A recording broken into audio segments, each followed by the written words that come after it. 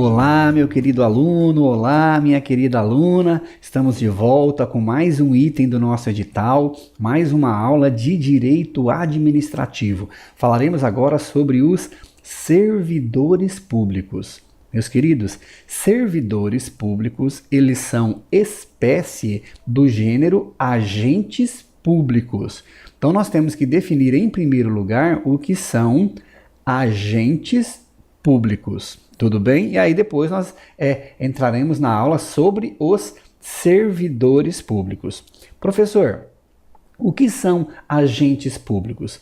Meus queridos, agentes públicos é uma designação genérica para definir todas as pessoas que exercem uma função pública, seja ela em caráter permanente, em caráter temporário, com remuneração, sem remuneração. Então, todos aqueles que exercem uma função pública, nós designamos essas pessoas como agentes públicos, certo? Meus queridos, agentes públicos, portanto, são o gênero do qual são espécies. Agentes políticos, ocupantes de cargo em comissão, ocupantes de cargos em comissão, contratados temporários, agentes militares, particulares em colaboração com a administração e, por fim, o objeto do nosso estudo, que são os servidores públicos e os empregados públicos. Tudo bem? Então vamos lá. Gênero: agentes públicos. Espécies: agente político, ocupantes de cargos em comissão, contratados temporários, agentes militares, particulares em colaboração com a administração e servidor público e empregado público. Tudo bem? Vamos lá então. Professor, quem são esses agentes políticos?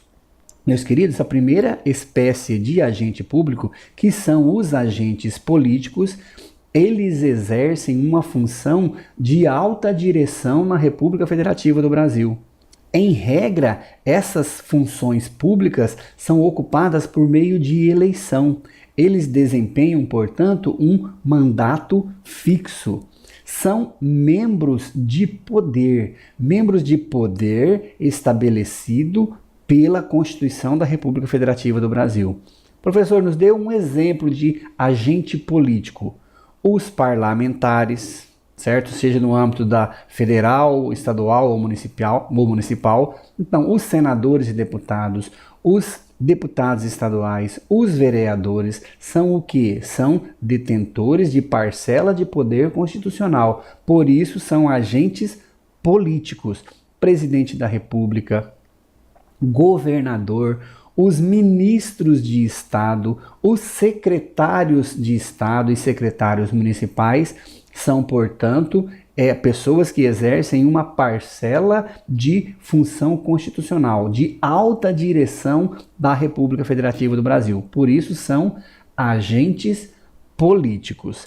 Para sua prova, eu gostaria que você anotasse o seguinte: o professor Eli Lopes Meireles, e é uma minoria da doutrina que entende dessa forma, ele escreve que os magistrados e os membros do Ministério Público também são agentes políticos, certo? Porque eles exercem uma parcela de soberania do Estado. Prevalece o entendimento de que os magistrados e os membros do Ministério Público, que eles são servidores públicos vitalícios. Então nós vamos modificar esse pensamento, mas saibam da posição do professor Eli Lopes Meireles. Se perguntarem na sua prova, segundo o professor Eli Lopes Meireles, aí nós temos que os membros do Ministério Público e os magistrados eles são agentes políticos. Mas para a maioria da doutrina, nós entendemos que membro do Ministério Público e os magistrados, eles são servidores públicos vitalícios. Por quê? Porque não há eleição. Eles são nomeados para esse cargo em razão de aprovação em concurso público. Em regra, em aprovação por concurso público. Saiba, portanto, dessa diferenciação, já está excelente. Posição minoritária do professor Eli Lopes Meireles de que magistrado e Ministério Público são agentes políticos. A regra geral, a maioria da doutrina entende que eles são servidores públicos vitalícios. Tudo bem? Professor, a segunda espécie de agente público, ocupantes de cargos em comissão. Meus queridos, cargo em comissão, guarde bem o que eu falei para vocês, não existe cargo de confiança, certo? Não existe cargo de confiança. Se colocarem na sua prova cargo de confiança, está errado. Nós temos, então, cargos em comissão e função de confiança. E aí eu vou estabelecer para vocês a diferença agora, a principal diferença.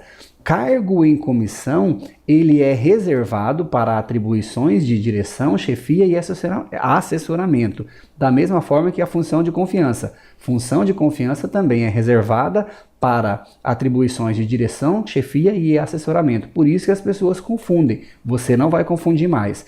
Por quê? Cargo em comissão, não há necessidade de concurso público. Então, tais cargos são acessíveis sem concurso público. Cargo em comissão, não há necessidade de concurso público.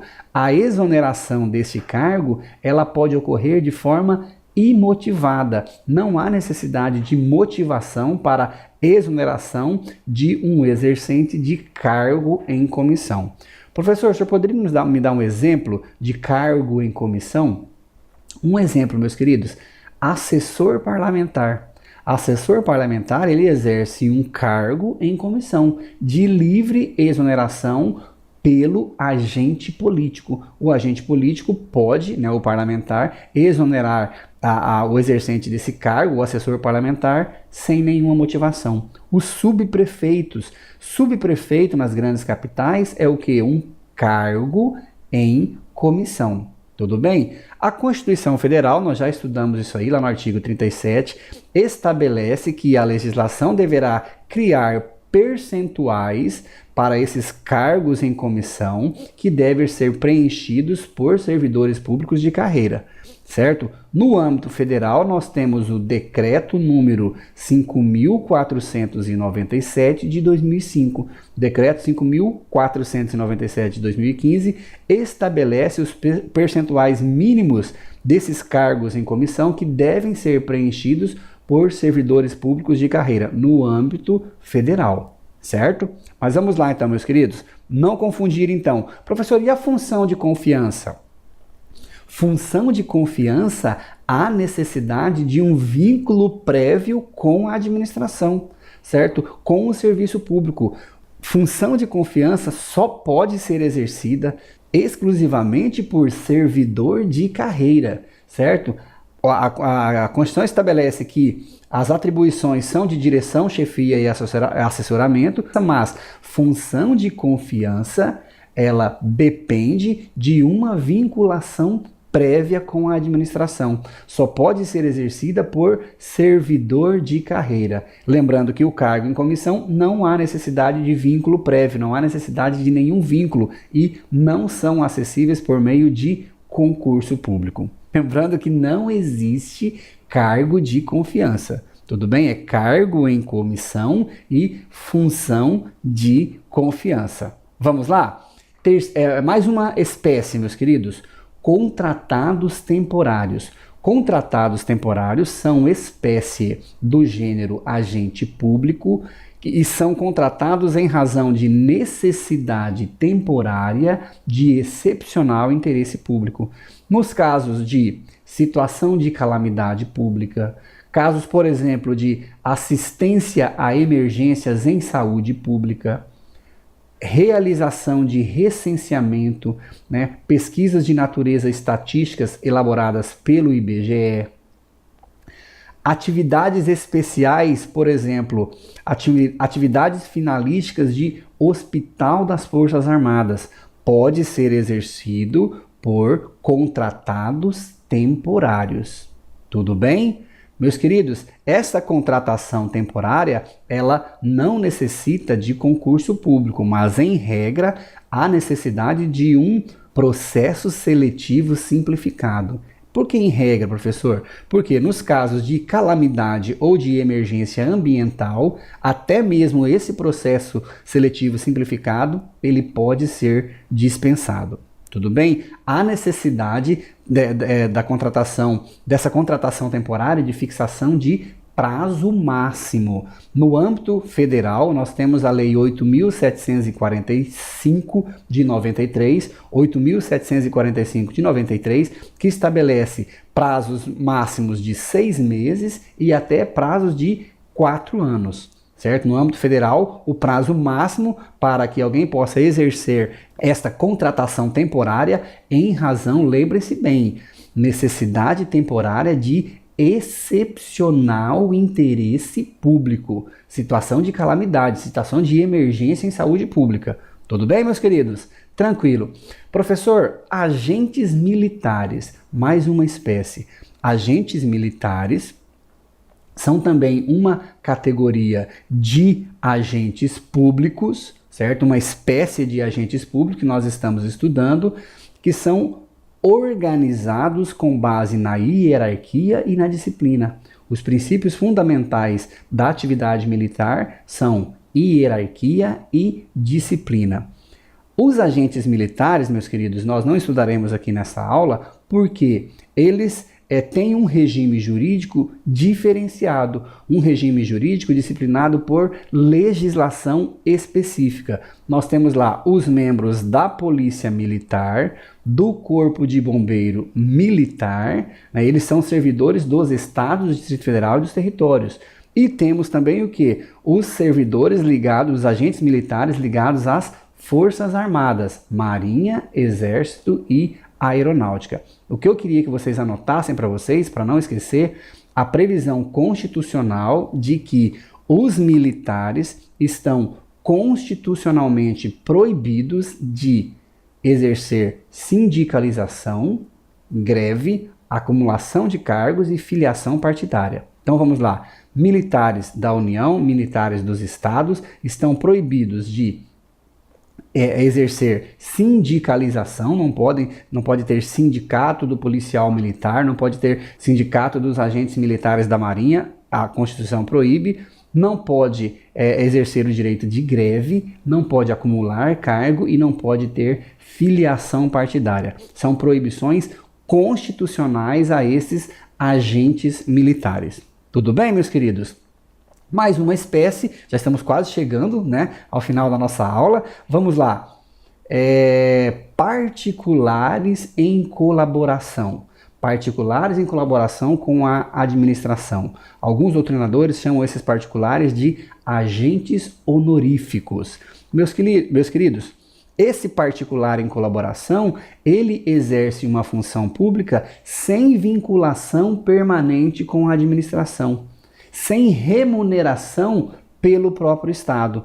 Nós temos particulares em colaboração por requisição, que são requisitados para o serviço, por exemplo, os mesários, certo? Os convocados para o serviço militar, né? Os conscritos. Professor, o que são os conscritos? Conscritos são os convocados para o serviço militar obrigatório.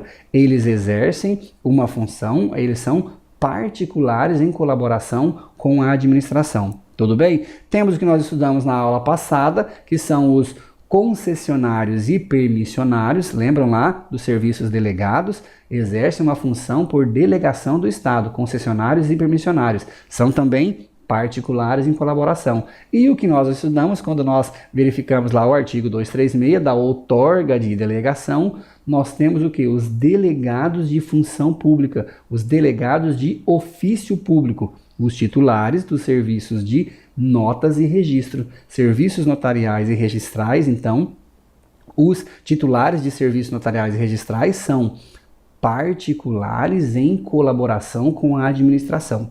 Tudo bem, meus queridos? E, por fim, os servidores públicos e os empregados públicos. Vamos lá. A Constituição de 1988, ela estabelece dois regimes para os servidores públicos. Nós temos o servidor público estatutário e nós temos o servidor público seletista. Então nós temos o servidor público que exerce um cargo público e o servidor público que exerce um emprego público. Então nós temos servidores públicos e empregados públicos. Tudo bem, meus queridos? Vamos lá. Servidor estatutário são selecionados por concurso público para ocupar um cargo público e eles têm uma vinculação de natureza estatutária, de natureza não contratual. E o mais importante, meus queridos, o servidor público estatutário, ele adquire estabilidade após um estágio probatório. Então, o servidor público estatutário, essa é uma das principais diferenças, ele adquire estabilidade após o estágio probatório, que sempre cai em prova. Professor, qual é o prazo do estágio probatório? Muito cuidado, viu? Cargos efetivos, para cargos efetivos, o estágio probatório ele é de 3 anos, ele é um prazo maior, prazo de 3 anos, tudo bem? Para cargos vitalícios, em regra, os magistrados e os membros do Ministério Público e do Tribunal de Contas, o estágio probatório é de 2 anos. 2 anos, tudo bem? Professor, e por que o senhor disse em regra os magistrados? Nós já estudamos sobre isso quando estudamos sobre o Poder Judiciário, que alguns magistrados, eles adquirem a estabilidade no momento do exercício do cargo. Exemplo, os ministros do Supremo Tribunal Federal, os ministros do STJ, aqueles que exercem essa função pública em razão do 5º Constitucional. Não há aí estágio probatório. Para sua prova, lembre, cargo efetivo, estágio probatório de 3 anos. Cargos vitalícios, em regra, magistrado, Ministério Público e Tribunal de Contas, estágio de 2 anos. Outra diferença, os cargos vitalícios, para os cargos vitalícios, esta estabilidade, eles só podem perder o cargo unicamente em razão de sentença judicial transitada em julgado. Então, cargo vitalício, o estágio é de 2 anos e só perdem o cargo em razão de sentença judicial transitada em julgado. Isso nós já estudamos quando nós vimos o Poder Judiciário. Lembrem lá da vitaliciedade? Dá uma voltada na nossa aula sobre o Poder Judiciário. E os cargos efetivos, nós temos outras possibilidades. Então, pode perder o cargo. Essa estabilidade, ela não se sustenta nos casos de sentença judicial transitada em julgado, processo administrativo disciplinar, avaliação de desempenho e também em razão de redução de despesas com o pessoal. Então, meus queridos, para cargos efetivos, nós temos essas 4 possibilidades de perda do cargo. Sentença judicial transitada em julgado, processo administrativo disciplinar, avaliação de desempenho e redução de despesas com o pessoal. Cargo vitalício, só uma única hipótese, sentença judicial transitado em julgado. Professor, quais são os direitos desses servidores públicos estatutários? Vou colocar aqui na tela para vocês o artigo 39, parágrafo 3º, para que você faça a leitura. Lembra do que nós combinamos, né? Assistir às aulas e fazer a leitura dos artigos da Constituição. Tranquilo? Então vamos lá. Artigo 39, parágrafo 3º. Salário mínimo, garantia de salário nunca inferior ao mínimo para os que percebem remuneração variável. Então, qualquer servidor público que recebe remuneração variável, a Constituição lhe garante o quê? Um salário mínimo. Remuneração de trabalho superior, noturno superior ao diurno, salário família, jornada de trabalho não superior a 8 horas e jornada semanal de 44 horas, repouso semanal remunerado, e vou deixar o artigo aqui para que vocês façam a leitura e verifiquem lá em relação às férias, com adicional de 1/3, licença gestante no prazo de 6 meses, certo? Então, façam a leitura do artigo 39, parágrafo 3º, porque ele cai muito em prova. Tudo bem? Professor, e os empregados públicos? Porque o senhor disse até agora o servidor público estatutário e nós temos os empregados públicos, que nós já estudamos um pouco sobre eles quando nós estudamos os serviços delegados. Lembra lá dos serviços delegados? E quando nós estudamos também as empresas públicas e as sociedades de economia mista. Por quê? O regime ele é essencialmente privado. Nós temos um regime misto, mas em regra é o regime privado.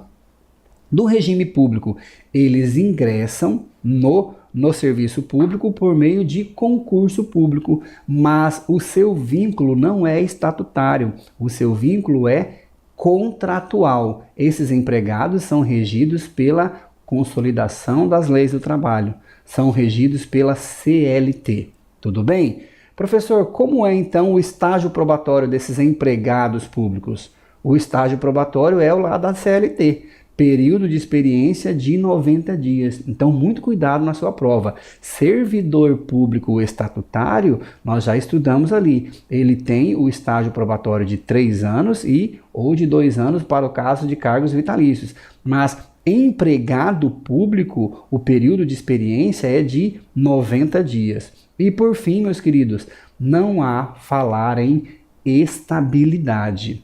O Tribunal Superior do Trabalho, professor, por que o Superior Tribunal do Trabalho? Porque eles são regidos pela CLT. Então, o Tribunal Superior do Trabalho tem inclusive uma súmula, a súmula 390, que diz o seguinte: ao empregado de empresa pública ou de sociedade de economia mista, ainda que admitido mediante aprovação em concurso público, não é garantida a estabilidade prevista no artigo 41 da Constituição de 1988. Então, não há falar em estabilidade para o empregado público.